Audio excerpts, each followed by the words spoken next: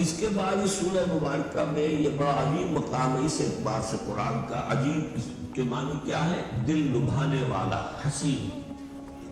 یہاں اللہ کے تقوی کا جو مقام اور مرتبہ واضح کیا جا رہا ہے. اللہ کی نگاہ میں اگر واقعتاً حقیقی تقوی ہے، صحیح تقوی ہے، قلب کا تقوی ہے، جیسا کہ حضور فرماتے تھے اپنے دست مبارک سے 3 مرتبہ آپ نے اشارہ کیا اپنے سیرہ مبارک کی طرف.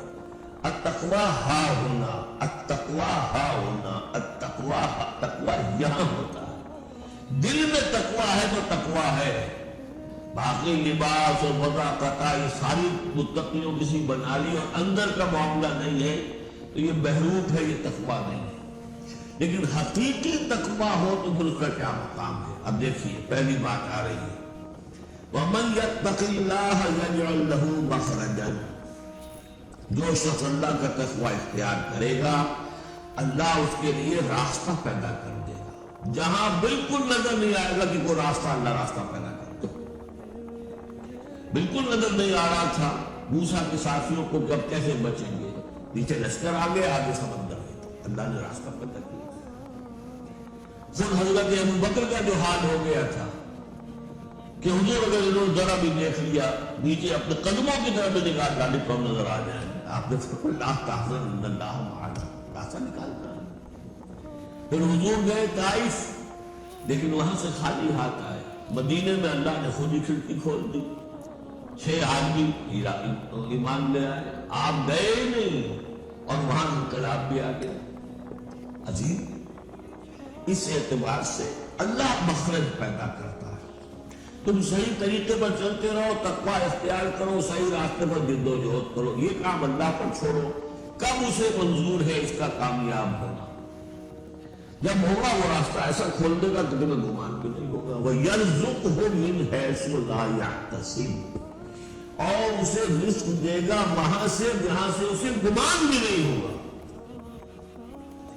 اقامت دین کی جد و جہد ہو، غلبہ دین کی جد و جہد ہو، اپنے آپ کو اندر صلاتی و نسکی و محیایا و مماتی اس کا فیصلہ کرنا ہو تو سب سے بڑی رکاوٹ ہے کہ کھائیں گے کیا. تو اللہ تو کہتا ہے راضی میں ہے ایمان اور یقین اس پر کر کے دیکھو تو صحیح، اس پر اعتماد تو کرو. لیکن یہ کہ اس پر اعتماد کرنا، توکل بڑی مشکل ہے. وہ تو جتنا ایمان ہوگا اتنا ہی اعتماد ہوگا، اور گہرا ایمان ہوگا گہرا اعتماد ہوگا. وَمَنْ يَتَّقِ اللَّهَ يَجْعَلْ لَهُ مَخْرَجًا وَيَرْزُقْهُ مِنْ حَيْثُ لَا يَحْتَسِبُ وَمَنْ يَتَوَكَّلْ عَلَى اللَّهِ فَهُوَ حَسْبُهُ. یہ تو ابھی تقوی والے کی بات ہے کہ وہ وہاں سے رزق دے گا جہاں سے اسے ملے گا بھی نہیں. اور جس نے اللہ پر توکل کر لیا تو وہ اس کے لیے بہت کافی ہو جائے گا. توکل کر کے تو دیکھو، حسبہ وہ اس کے لیے کافی. یہاں تک فرمایا ہے حدیث قدسی میں، حدیث میں من کان فی حاجت اخیہ کان اللہ فی حاجتہ. اگر کوئی مسلمان اپنے کسی بھائی کی ضرورت پوری کرنے میں لگ رہا ہے، اپنا وقت صرف کر رہا ہے، اللہ اس کی ضرورت پوری کرنی شروع کر دے.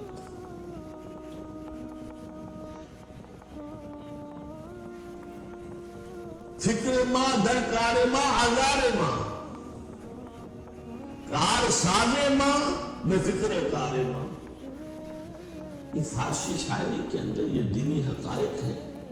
کار ساز ماں میں فکر کار ماں، میرا کارساز میرے کاموں میں فکر کر رہا ہے،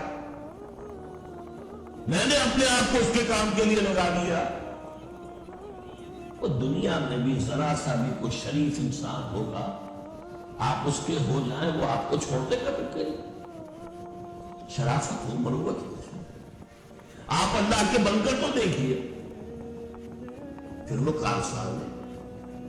کارساز ماں بے فکر کار ماں، فکر ماں در کار ماں آزار ماں. جب میں اپنے معاملات کی فکر خود کرتا ہوں، کوئی نہ کوئی ٹھوکر کھاتا ہوں، کوئی نہ کوئی غلطی کرتا ہوں، آزار اپنے سر کے اوپر پیدا کر لیتا ہوں. اپنے آپ کو حوالے کرو. اس کا نام ہے تفویض الامر الی اللہ. افوض امری الی اللہ ان اللہ بصیر